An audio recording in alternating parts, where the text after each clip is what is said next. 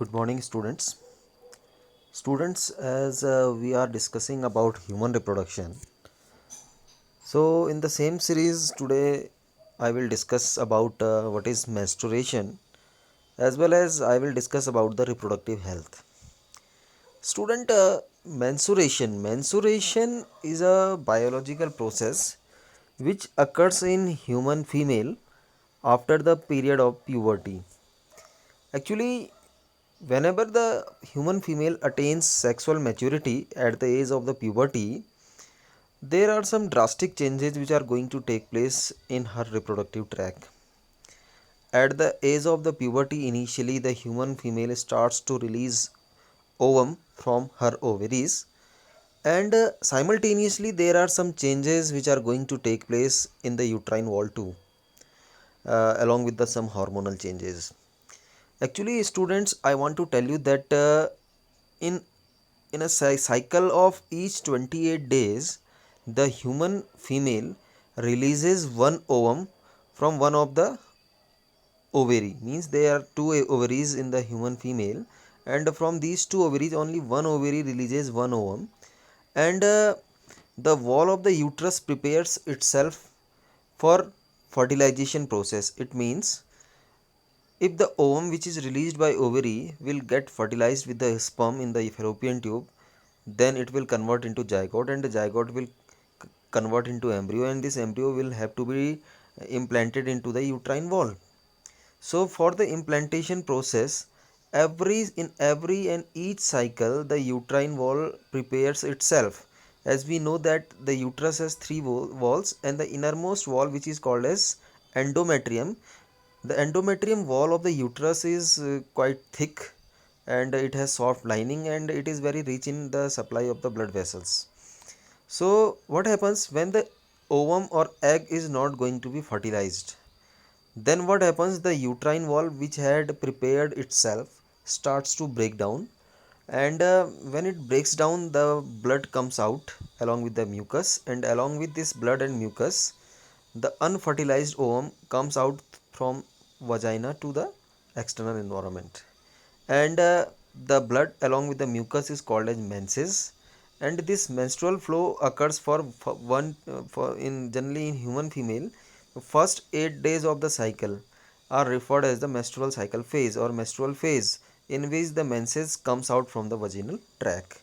So this cycle is about 28 days, and after every 28 days this cycle repeats itself, and this cycle is referred as menstrual cycle. Okay, or sometimes it is also called as sexual cycle too. Now I am coming to the next topic. The topic is reproductive health. Students, as we studied about health in class 9th, health means a complete state of well-being physically, mentally and socially. Means a person is said to be healthy when he is physically fit, mentally fit or socially fit. While we are talking about the reproductive health, so along with the all aspects, means along with the physical health, mental health and social health, a person should have the capability of reproduction. Means he or she must be capable to produce gametes.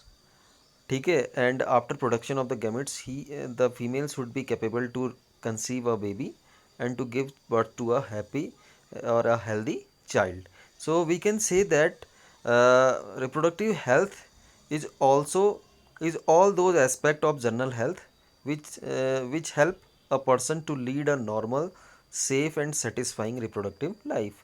I mean to say that along with the all aspects of the health, means physical, mental and social, a person should be reproductively fit. Means he or she must be capable of to produce gametes as well as to produce their offspring. Now, right now, after it, I want to discuss some STDs along with you. And the full form of STDs is sexually transmitted diseases. Students, while we are talking about reproduction, so we can't leave this topic, because STDs are some diseases which can spread through sexual contact. When a healthy person is in the sexual contact of a infected person, then he might be suffer from that particular disease from which his or her partner is suffering. So there are various causes of these sexually transmitted diseases. Some causes are basically bacteria, some causes are protozoans, and some causes are viruses.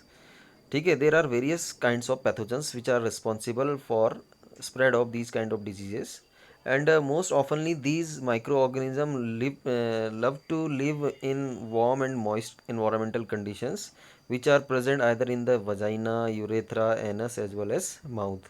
So I am going to talk about some sexually transmitted diseases. So initially I am talking about gonorrhea. Gonorrhea is a sexually transmitted disease caused by a bacteria, and the bacteria which is responsible for it is called Neisseria gonorrhoeae. In Neisseria gonorrhoeae is the bacteria which causes this kind of disease. And what are the characteristic features or what are the symptoms? I am going to tell you that a person who suffers from this disease, ठीक है, he faces or he feels inflammation in urinogenital tract, means urine or genital tract becomes infected, and the infected person feels inflammation in that particular area. ठीक है, as well as the infected person feels burning sensation during urination, means while a patient is going to discharge urine, at the same time he or she feels urination problem and he feels burning sensation in that particular area. This bacteria infects the ureter in men and the cervix in the woman. So basically gonorrhea is a disease, okay, which can infect a male as well as the female both. If the male is infected, then his ureter region will be infected. If a female is infected, then her cervix region will be infected. Now the second disease is syphilis.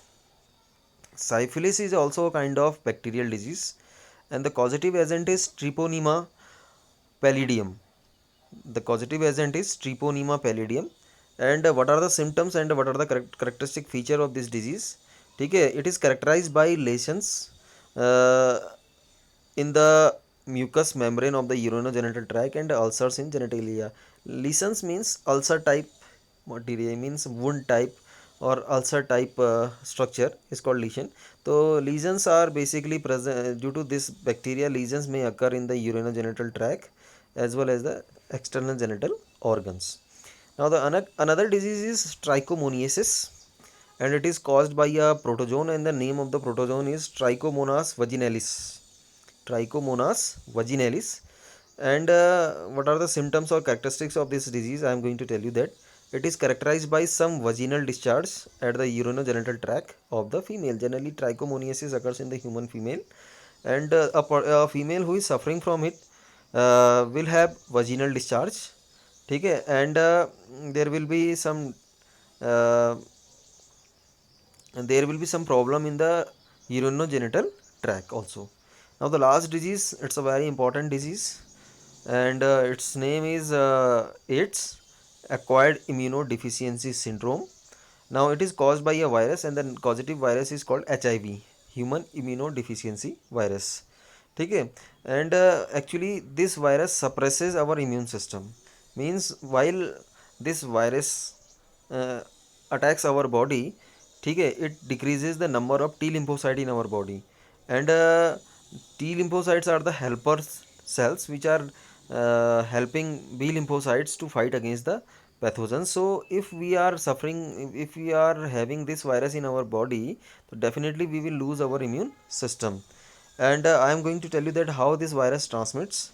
Simply it transmits from a unsafe sexual contact with a infected person. Second, we can say that while the blood transfusion is going to take place, through infected blood it can transmit to a healthy person. Now next is if intravenous drug injection is going to take place.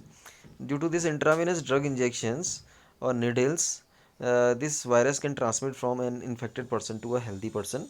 And the last, if a female who is pregnant is infected from the virus, so this virus can transmit from mother to her fetus or her baby through placenta. So these are the some causative these are some modes of transmission through which AIDS can transmit. So in this way, today we discussed about menstrual cycle, reproductive health and STDs. I hope so you understood the topic very well. Still, if you are feeling any difficulty, please concern with me. Thank you, bye bye, and have a nice day.